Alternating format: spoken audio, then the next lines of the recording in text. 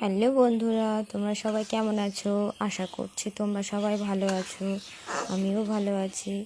আর আজকে দেখো আমি কি বানাচ্ছি, আম সত্ত্ব বানাচ্ছি।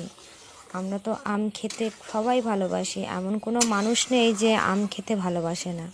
কিন্তু আম তো আর সারা মাস পাবো না, কয়েকটা মাস পাবো, তারপরে আবার বছর ঘুরিয়ে তারপরে আমরা আবার অপেক্ষা করে থাকি আম খাওয়ার জন্য।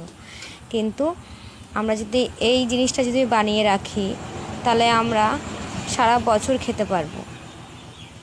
এটা কি বলো তো? আমসত্ত্ব। আমসত্ত্ব খেতে কার কার ভালো লাগে কমেন্ট করে জানাবে। আমার তো খুব ভালো লাগে। দেখো আমার বাড়িতে কত আম রয়েছে, তাই ভাবলাম আজকে আমসত্ত্ব করি। আমসত্ত্ব খেতে তো আমার খুবই ভালো লাগে, আম খেতেও খুব ভালো লাগে। তাই ভাবলাম যে আম তো আর সারা মাস থাকবে না, তাই আমসত্ত্বগুলো জাল দিয়ে এইভাবে সত্ত্বগুলো বানিয়ে ফেলি, তাহলে তো সারা মাসই খেতে পারবো, তা না?